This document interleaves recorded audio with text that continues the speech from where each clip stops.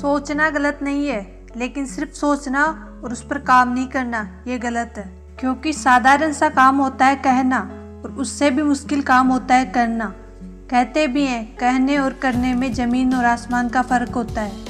क्योंकि जो हम बोलते हैं वो हम कर नहीं पाते, उसका सबसे बड़ा कारण भी हम खुद ही होते हैं। जब तक हम खुद पर भरोसा नहीं करेंगे, कुछ करने की नहीं ठानेंगे, तब तक हम सिर्फ बोल सकते हैं, कर कुछ नहीं सकते।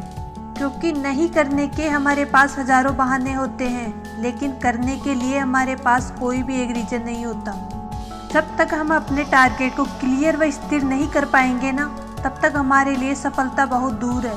अगर हमारा टारगेट फिक्स है और हम उस पर लगातार मेहनत कर रहे हैं, तो हम हमारे लक्ष्य के पास ही है। समुंदर के अंदर जाने के बाद ही उसकी गहराई का पता लगाया जा सकता है। ठीक वैसे ही कोशिश की लहरें हमें अपनी मंजिल तक पहुंचा देती है।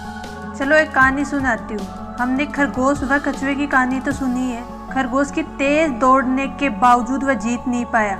इसका कारण भी वह खुद ही है। पहला, उसने कछुए को कमजोर समझा, और दूसरा, उसने सोचा अपने पास तो बहुत समय है। ये दो ही कारण थे उसके हारने के।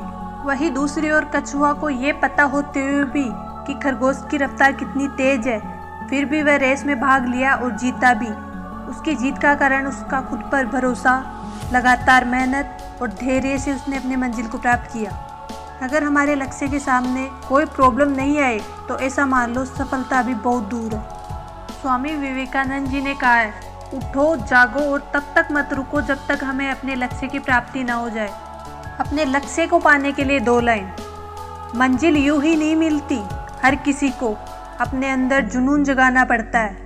पूछा था किसी चिड़िया से घोंसला कैसे बनता है, बोली तिनका तिनका उठाना पड़ता है। कोशिश एक ऐसी शुरुआत है जो हमें कामयाबी तक पहुंचाती है। माना कामयाबी एक दिन में नहीं मिलती, लेकिन एक दिन जरूर मिलती है।